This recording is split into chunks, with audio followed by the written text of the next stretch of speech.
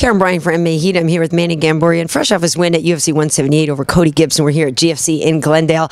And Manny, it's always great to catch up with you. And, you know, just we're watching you spar and everything. You're looking good. How did you feel in your last fight at that 135? You know, I didn't feel my best, but I mean, it was my first time cutting 135. I mean, like I said, after my fight versus Nick Lenz, at that moment when I was walking out, I already talked to Mike. He goes, "Manny, I don't want to see you anymore at 145. We're going to do 135. I'm like, "You think I can do it?" He goes, 100%. And we did it, you know. But the fighting at 135, it was pretty tough. The weight cut was perfect. And then the worst part was I wasn't feeling myself in the octagon. I was feeling kind of light. I mean, first you got to get used to the weight. Like when I went from 55 to 45, first two fights was kind of, you know, I wasn't feeling it. But one more fight, I'll be, you know, perfectly fine. You know, I'm top contenders. So what do you mean you weren't feeling it, though? You didn't feel like you had the power? You didn't feel like you had the right movement anymore? I was just too light. I'm not used to the weight class. Yeah. Last time I was 135, that was like 18 years ago. It was kind of funny, but I did it, and you know, I'm willing to do it again. I can't wait to be on the Dolce Dad again, and get a fight. And hopefully, January 31st, that'll be awesome. Yeah. So you would like to be on that Super Bowl card? Obviously, we know that's Nick Diaz and Anderson Silva. Who do you think you would like to fight on that card? Anyone. I mean, fans, UFC, everyone wants me to fight Bryant Caraway, but I don't think it's gonna happen. But like I said, I called him out everywhere. Even now, I'm calling with you, but I don't think he wants to do it. But still, if it happens, it happens. If not, I mean, they're all tough at 135, so I don't mind. You know, top contender, undercard, that doesn't matter. I just want to fight someone. Well, and that's the whole thing with that. It's kind of seen as a grudge match, but strategically, you know, somebody else might be better for you in terms of your career. Oh, most definitely. I mean, I got goals in this weight class. You know, like I said, he's not the main reason that I'm here. He's part of it. I mean, I like to fight him. You know, like I said, I respect his knowledge. I think he's a tough guy, and you know, he's well-rounded. But if he doesn't want to fight me, I'm not gonna force it anymore. So I'm down talking about him, and I moved on. And I would love to be on one. Is that 182, 183? Yeah, 182. I would like to be on that card. That'd be awesome. Anyone, you know? Actually, no, 183. 182 is John and DC. 183. Yeah. I would love to be on that card. Yeah. So who was the reason, or what was the reason that you decided, you know, you said walking out of the octagon against Nick Lenz, that you decided to drop, but was there something about that division that you saw opportunity, or is there somebody there that was inspiring, or somebody there that you felt like, you know, this is the reason I want to go down here? Listen, when I started my career, I started fighting at 170. I'm too small for 170. And then when I went to 155, I thought I was the biggest 155er. And then I'm like, no, I'm not. And then when I went to 145, I thought I was the biggest 45er. No. Now I went to 135. I still don't believe I'm the one. I still believe I can make probably 125. I gotta suffer, but I still believe maybe one day I'm gonna go down 125. Really? Maybe. Manny, I don't know. Dolce said I can do it. I believe that guy. They say never. Nothing is impossible. So I never thought I could make 55. I never thought I could make 45. I never thought I could make 35. Why not? You know, maybe one day 125. But there's a lot of tough guys at 135. For right now, that's my home. And whoever UFC want me to fight, Dana White, obviously, they want whoever. Doesn't matter. Nice. Well, speaking of 135, obviously the champ is in here as well, Ronda Rousey. How's she looking these days? We know she's going to be fighting Kat Zingano. I saw her a little bit today. Edmund was talking her up, as always, saying that she's dropping pro boxers and everything. What do you make of the girl who's basically like your little sister? She's amazing, you know. We work all the time, and, you know, she always surprises me, you know, with her power, with the technique, and with her boxing skills, too. I mean, the girl can hit hard, trust me. You know, I spar with them sometimes. I'm like, I think I got to hit her back, you know. Yeah, you should. And I do. She takes it. I kick her, and I punch her, and she doesn't mind. Yeah. So she's the reason that, you know, she's a champion. She works really hard. She's one of the hardest workers I've ever met in my life. I actually believe that she works harder than me. So does that inspire you, though, to keep getting up every day and coming back in here? 100%. You know, I look up to her. You know, she's, you know, she works really hard. She never thinks she's a champion. Every time she fights, she's like a challenger. She feels like, you know, she's got something to prove, and every time she fights, she proves. Well, that's an interesting thing for you to say, because some people perceive her as somebody who's extremely confident and almost to the point where they think she's too cocky. And you're saying that it's not that at all. No, not at all. Not at all. She's one of the hardest workers I've ever met in my life. She works all day. She might go shoot a movie, go do like PR, anything, and then come back and then work out 2 hours. She doesn't miss workouts. She's not lazy. She's a fast learner. I mean, you guys can tell. She can box. She can obviously grapple. She can do anything you want. She can do anything. That's the reason she's a champion. I mean, when I say that these girls are, not on your level, I mean, she knows they're not on her level. They feel bad. I mean, I'm not disrespecting any girls, but she's an Olympian. Bronze medals in Olympics. I fought judo. I even fought worlds. 2000 Junior World Championships. I know how hard it is. She won Junior Worlds, she won Senior Worlds, and she took bronze at the Olympics.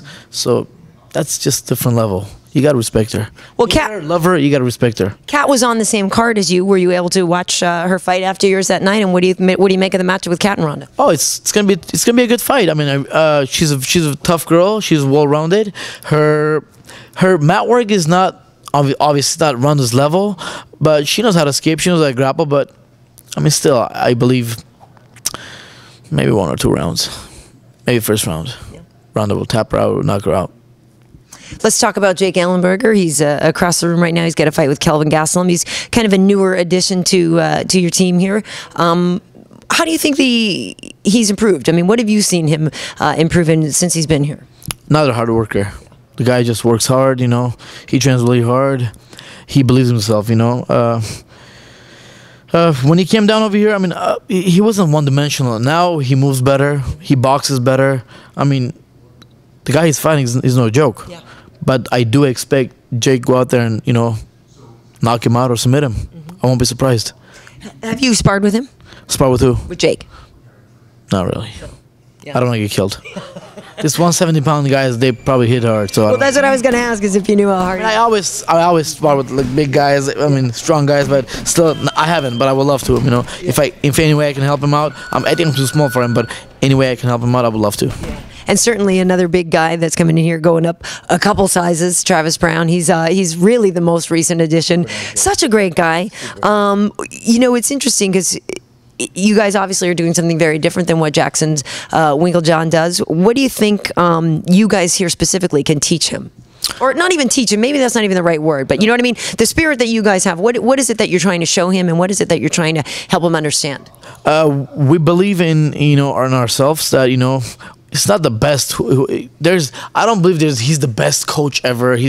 No, I mean, it all depends how you train and who you train. I mean, we got guys over here, very talented. I mean, lightweights, heavyweights. I mean, Travis came over here. I mean, the way I looked at him when he was hitting the bag, now when I see him hitting the bag, I see a lot of difference. He's more technical now, so I think it's gonna be a quick knockout.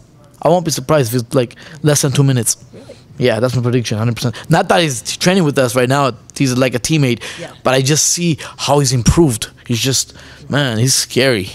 Well, that's what he even told me when we were watching you guys work, was just that he could sense and really feel the technical improvement on his own side. So he was saying, before I would go in there and maybe I didn't have the form, but I just had that drive, and now he's going to be able to put the drive together with the actual technique. 100%. He's legit. I see myself. Watching him, he's more technical. I mean, he's got heart of a lion, obviously. He's got a lot of technique, but he's a smart fighter now. He's more smart fighter, so I look up for him. So now we've talked about you fighting in so many weight classes. How long are you going to keep doing this? As much as I have the power, God gives me the power to train the way I want to. As the day I know that I can't train the way I want to and perform while I'm training, I'll be, you know what? I'll hang my gloves. I feel like I got a couple more years in me. I learn every day. I just learn every single day. Even looking at the kids, looking at Ronda, looking at our guys, I just try to learn every single day. Even judo and grappling, or even boxing or MMA, anything. So I like to improve. Every time I fight, that's my plan to, am I improving? Am I improving? I mean, I know I fought a lot of tough guys out there in my career. I've been, I think my 18th or 19th under Zuffa. It's just I fought a lot of tough guys, but I still have that, I still have a drive that I want to go out there and I just want the belt. That's my plan. I'm not trying to get my name out there, and I mean I'm pretty known. I've been fighting for a long time, but the goal is to get that belt, and that's part of my goal. But my main goal is stay healthy, train hard, and go out there and just prove the world that age doesn't mean anything. Sometimes it does, but not every time. I'm only 33. I see guys 38, 39. I don't want to be like Randy Couture, be 48 and fight. No, I don't want that. I don't mind, but I don't like it. I want to be retired by when I'm probably 37 or 38. You're gonna get married, have some babies. Well, I'll get married. I'll still fight. I mean, I'll still fight. Doesn't matter. I'm getting married next year for sure, but doesn't matter. I'll be married and I'll still fight. And even when you're done fighting, are you going to be the guy that still comes to the gym all the time to help out and, kind of be a mentor to the younger guys? 100%, of course, 100%. I mean, any way I can help them out, I have a lot of experience. If I can share with them, 100%. Yeah. When you look at your fights right now, though, is there one that you, if you watch the tapes where you think that was Manny at his best? To be honest, I would have to say maybe Mike Brown fight. I don't know what I had in me. I mean, every fight when I go, I have the same feeling. But on the Mike Brown fight, because it was the Armenian Genocide Day, it was different feeling. When I walk out to from the locker room, I swear to God, I told my friend JJ, my cornerman, I said, I'm gonna knock him out first round. I swear to God, I told him that, and all I did at the locker room, warming up, like pummeling this and that, I work on that move. Like I know he punches, he stays, so I gotta come back with the big right hand. So I felt like I'm gonna knock him out, and I felt the best, and it was so far it was the best trip ever. Mm-hmm. I won the bonus, I won the fight, I won from Armenians. They were all happy because it was Genocide Day. Overall, it was fantastic. And was that April 24th? It was. All right. So that's a day you got to just tell Joe and Sean that you need to fight on a card all the time. Sure, I would love to. I would love to. Awesome. Well, Manny, it's always great to see you. Thanks for taking the time today. And, just keep at it. Thank you. Thank you for having me on.